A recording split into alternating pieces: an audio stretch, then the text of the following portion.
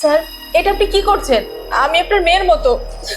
আহা, যদি পরীক্ষার ফলাফল ভালো করতে চাও তাহলে স্যারের কথা অনুযায়ী চলতে হবে। এইগুলো খারাপ কাজ। আপনি আমার স্যার হয়ে এরকম খারাপ কাজ করতে পারেন না। আমার চেয়ে তুমি বেশি বুঝো। আমার কথা মতো চললে বাৎসরিক পরীক্ষায় তোমাকে বেশি নম্বর দিয়ে পাশ করিয়ে দেব। এখন বেশি কথা না বলে আমি যা করি তুমি তাই করো। আরে আমার কথা শোনো, তুমি যদি আমার সাথে রাজি হও তাহলে তোমাকে বেশি নম্বর দিয়ে তোমাকে পাশ করাই দিব। আরে বুঝো না কেন? আরে আমি তো তোমার জন্য সবকিছু করব।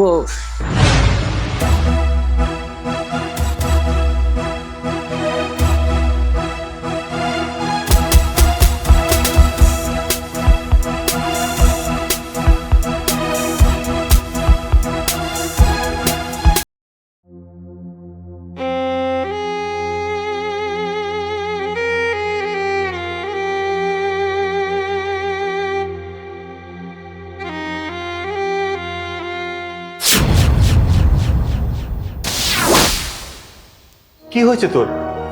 তোকে আজকে এমন দেখাচ্ছে কেন? কি হলো? তুই কোনো কথা বলছিস না কেন? কিছু হয়নি ভাইয়া। তুই কার সাথে কি করেছিস সত্যি করে বল। ভাইয়া, স্যার আমাকে জোর করে একটা ফ্ল্যাটে নিয়ে যায়। সেখানে যাওয়ার পর আমার উপর ঝাড়ানোর মতো ঝাঁপিয়ে পড়ে। আমি অনেক বলছি আমি আমি এসব করতে পারবো না। তারপর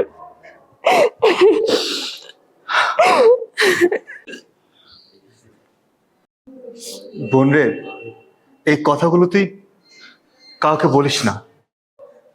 এবার ফ্রেশ হয়ে কিছু খেয়ে নে। আয়। সোনিয়া, চল তাড়াতাড়ি, ক্লাসের সময় হয়ে যাচ্ছে তো। আমি ক্লাসে যাব না, তুই চলে যা। কি বলিস? সামনে আমাদের বাৎসরিক পরীক্ষা। এই সময় যদি ক্লাসে তুই অনুপস্থিত থাকিস তাহলে কি করে হবে? আমার শরীর খারাপ, আমি ক্লাস করতে পারবো না। তার থেকে ভালো তুই চলে যা। আর ক্লাসে স্যারে কি পড়া দেয় না দেয় সেটা আমাকে জানিয়ে দিস। আচ্ছা ঠিক আছে।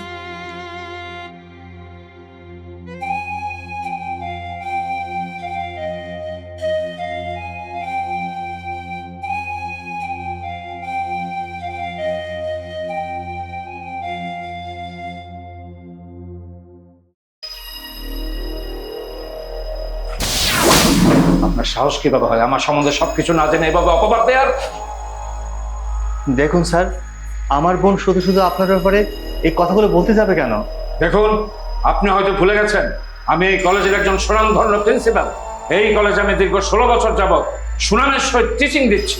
আর আপনি বলছেন আমি আপনার বোনকে বেশি নম্বর দেওয়ার লোভ দেখিয়ে ধর্ষণ করেছি। জি স্যার, আমার বোন কিন্তু তাই বলেছে। খোঁজ নিয়ে দেখুন বাইরে আপনার বোন কারোর সাথে ইস করছে। আর সে দোষ আপনি চাপিয়ে দিচ্ছেন আমার উপর। শুনুন, আমার বোনকে নিয়ে আপনি একটা বাজে কথা বলবেন না, কারণ আমি আমার বোনকে ভালো করে চিনি। আমার বোন কখনো আমাকে মিথ্যা কথা বলতে পারে না। দেখুন, আপনি আমাকে হ্যারাসমেন্ট করছেন। আমি কিন্তু আপনার বিরুদ্ধে আইনি ব্যবস্থা নেব। আর আমি আপনার বোনকে এই কলেজ থেকে বহিষ্কার করলাম। আপনার বোন কাল থেকে আর এই কলেজে আসতে পারবে না। আপনি চাইলেও আমার বোন আপনার কলেজে পড়তে আসবে না। আর হ্যাঁ, আমার বোনের সম্মানের জন্য আমার যা যা করা লাগে আমি তাই করব।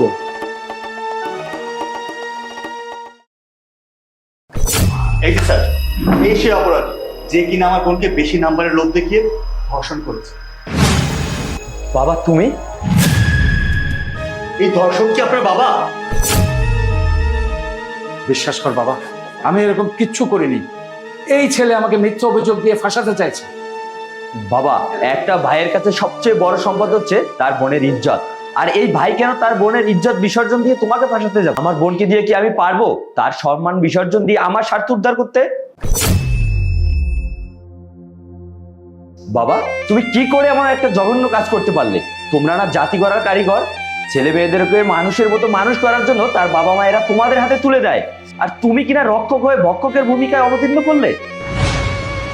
বাবা, সোনিয়াকে ধর্ষণ করার অপরাধে তোমাকে গ্রেপ্তার করা হলো।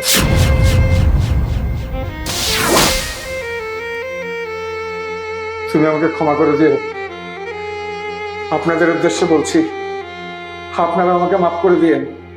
আমি একজন শিক্ষক হয়ে যে অপরাধ করেছি, এই অপরাধ অন্তত আপনারা করবেন না।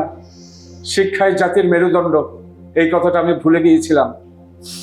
লোভে পাপ, পাপে মৃত্যু। আমার আজকে সেই দশা হয়েছে। চল বাবা, আমাকে কোথায় নিয়ে যাবি?